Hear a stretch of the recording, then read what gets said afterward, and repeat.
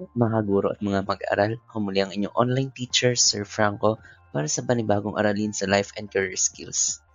Narito na tayo sa part 2 ng ating lesson about preparing for various career pathways. Last lesson, ang pinag-usapan natin is about college preparation, application, admission, and proper way of filling out documents.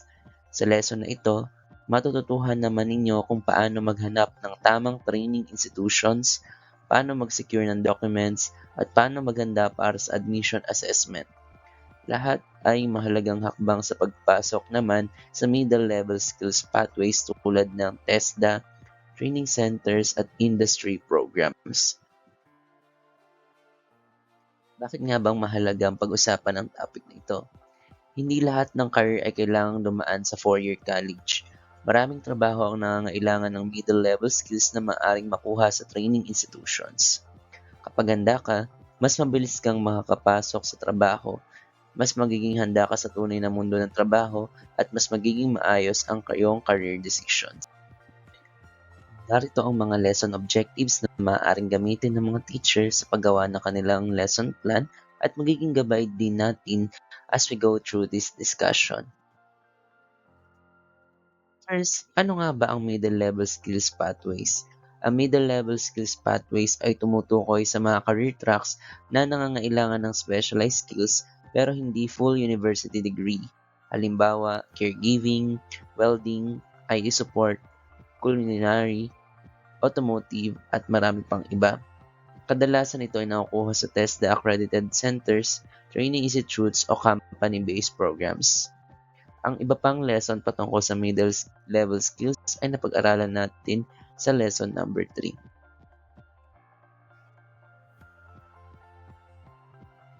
Ngayon, simulan na natin ang focus ng ating discussion.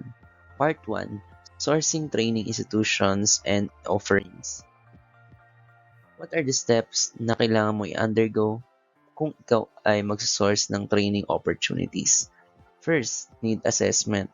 Bago ka maghanap ng training institution, kailangan mo munang alamin kung ano talaga ang kailangan mo.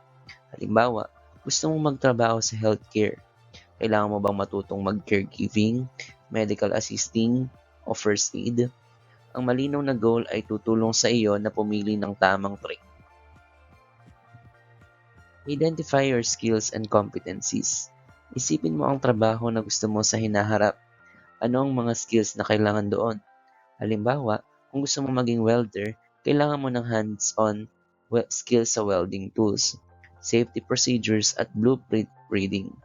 Ang skills na ito ang magsisilbing guide mo sa pagpili ng training program.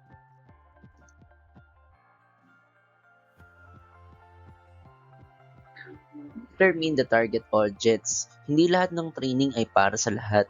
May training para sa students, working professionals, employees o unemployed youth. Kaya mahalaga na alam mo kung saan ka kabilang.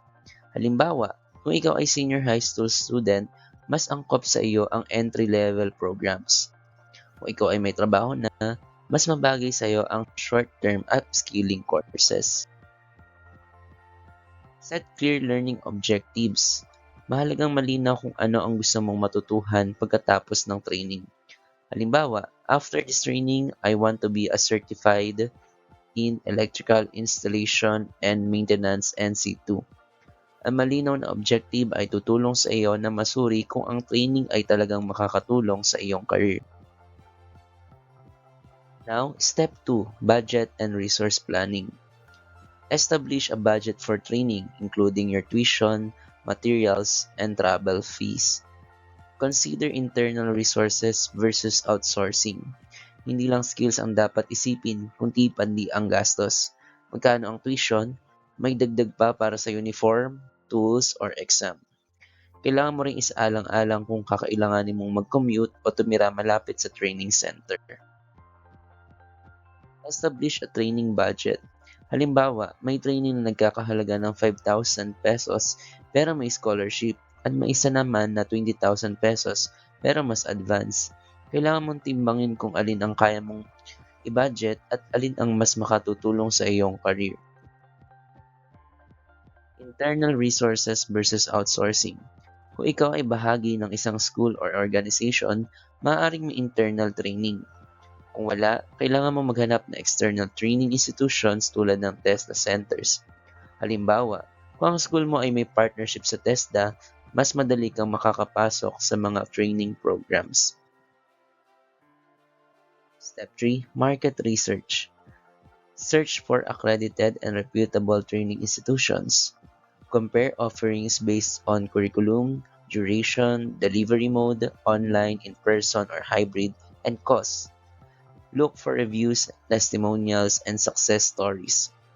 Sa yugtong ito, maghahanap ka na ng mga training institution gamit ang internet, social media, school bulletin boards, at referral mula sa teachers at guidance counselors.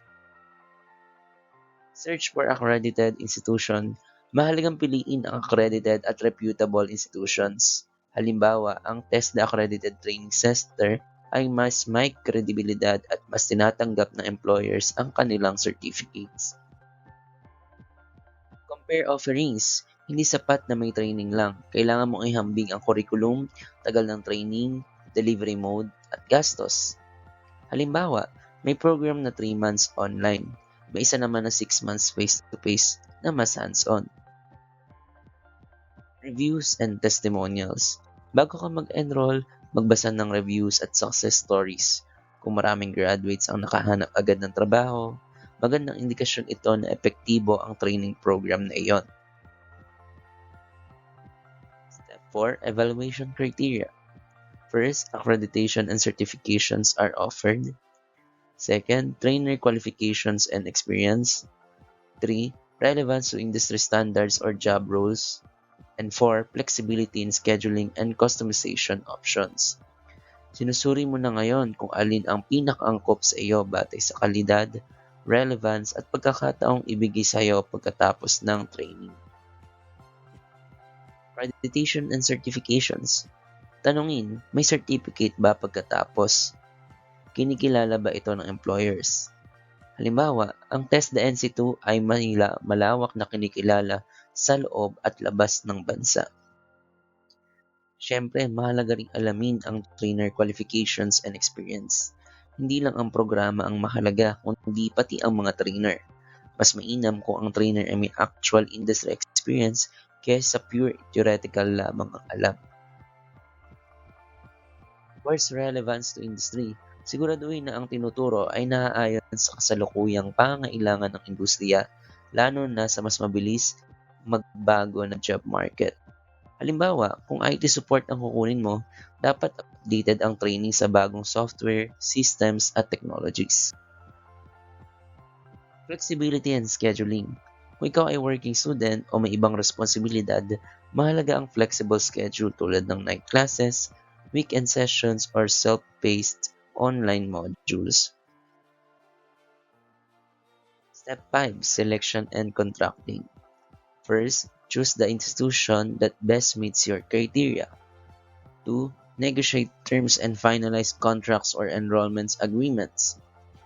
Matapos ang pagsusuri, pipili ka na ng training institution na pinakaangkop sa iyong pangailangan, budget at career goals. Ito na ang simula na iyong formal commitment sa iyong pathway. So you should enroll formally na. Choosing the best institution. Halimbawa, pumili ka ng training center na may mas mataas na passing rate, magandang facilities, at strong employer partnerships. Ito ay magbibigay sa iyo ng mas malaking tsansa sa employment pagkatapos ng training. Finalize enrollment. Sa puntong ito, kinukumpleto mo na ang requirements, umipirma na ng enrollment agreement, at nagbabayad ng kinakailangang fees. Kapag malinaw na ang lahat, saka ka mag-e-enroll at pipirma ng enrollment agreement. Step 6. Program launch and monitoring. First, enroll participants and begin training. 2. Monitor progress through feedback, assessments, and attendance. And 3. Address any issues or gaps during the delivery. Pagkatapos mag-enroll, magsisimula na ang training. Ngunit, hindi dito nagtatapos ang iyong responsibilidad.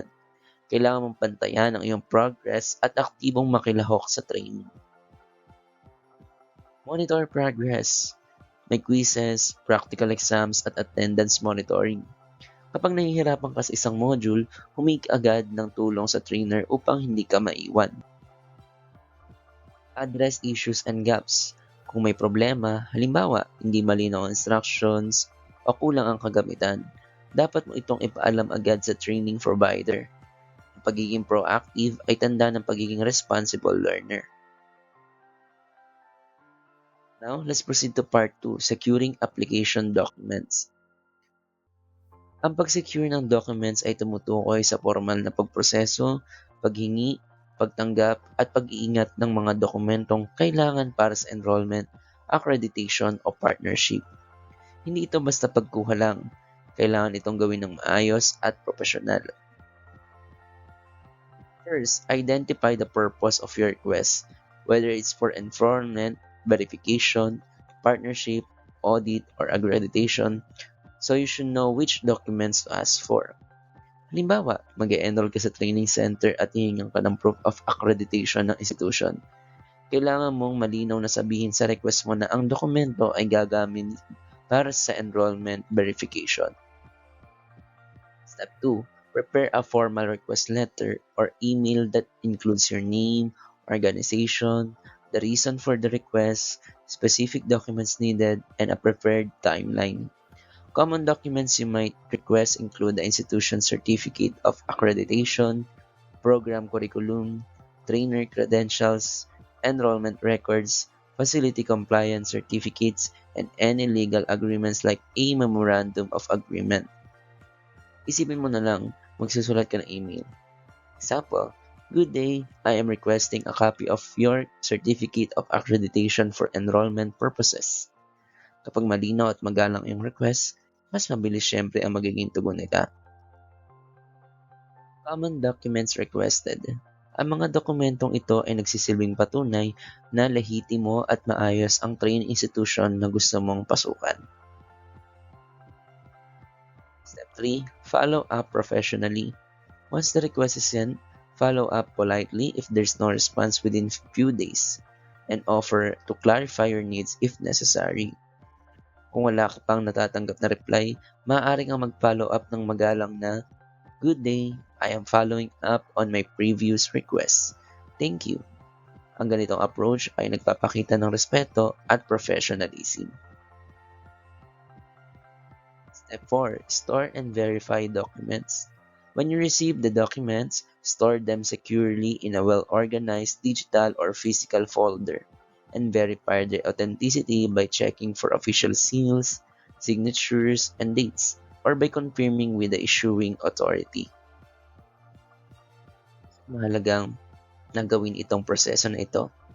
Ang maayos na pag-secure ng documents ay mahalaga para sa transparency, accountability, at credibility. Pinapakita rin ito na ikaw ay handa, responsable, at seryoso sa iyong career pathway. Part 3. Preparing for admission assessment. Admission assessment ay pagsulit o evaluation na ginagamit ng training institutions upang matukoy kung ikaw ay handa sa training program. Maaari itong written test, skill test, interview, o combination ng mga ito. Why admission assessment is important?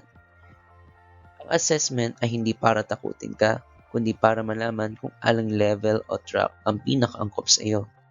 Nakatutulong ito upang masigurong tama ang training na ibibigay sa iyo. Step 1. Know the coverage. Halimbawa, may exam ka sa caregiving training. Alamin kung ano nga ba ang saklaw nito. Kapag alam mo ang coverage, mas magiging focus ang iyong review. For example, basic knowledge, communication skills, or reading comprehension. Step 2. Prepare study materials. Maaari kang gumamit ng modules, reviewers, online videos, o practice tests upang masanay ang iyong isip sa exam format.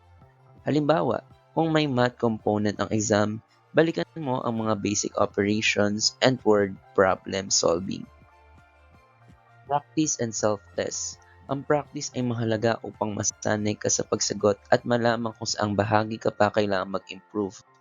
Maaari kang gumawa ng mock test o sumagot ng sample questions para masukat ang iyong readiness. Step 4. Prepare logistically. Isipin mo na lang ang exam day. Kailangan mong dali ng exam permit, ID, lapis, ballpen, at tubig. Kailangan mo ring dumating ng maaga upang maiwasan ng stress at kaba. Step 5. Manage stress and stay confident. Normal lang ang kabahan pero ang mahalaga ang pagiging kalmado at focused. Tandaan, ang exam ay pagkakataon para makita ang iyong kakayahan, hindi isang parusa. After the assessment, hintayin ang resulta ng may positibong pananaw. Kung pumasa, maganda sa enrollment. Kung hindi, tandaan na marami pang ibang training pathways na maaari mong tahakin. Let's now proceed to the activities and assessment. Activity 1. Creating training pathway plan. Create a training pathway plan including target career skill, skills needed, possible training institutions, estimated budget, documents required, and admission preparation plan. Activity 2. Role play document. So the students will role play, student requesting documents, and institution staff responding. You should practice writing a formal request, following up politely, and explaining purpose. Let's now proceed to the assessment. Number 1. What is the first step in sourcing a training institution? B. Needs assessment. 2. Which factor ensures a training program is recognized by employers? C. Accreditation. Which document verifies an institution legitimacy? B. Certificate of Accreditation. 4. Why should you follow up politely when requesting documents? C. To maintain professionalism. 5. What is the main purpose of an admission assessment? C. To determine readiness and placement. Now that ends our discussion about preparing for various career pathways for middle level skills. Once again, thank you to the development team of the lesson exemplar kung saan ibinasa ang ilang parts ng video lesson na ito. I'm Rolly C. Franco, your online teacher. Thank you for watching.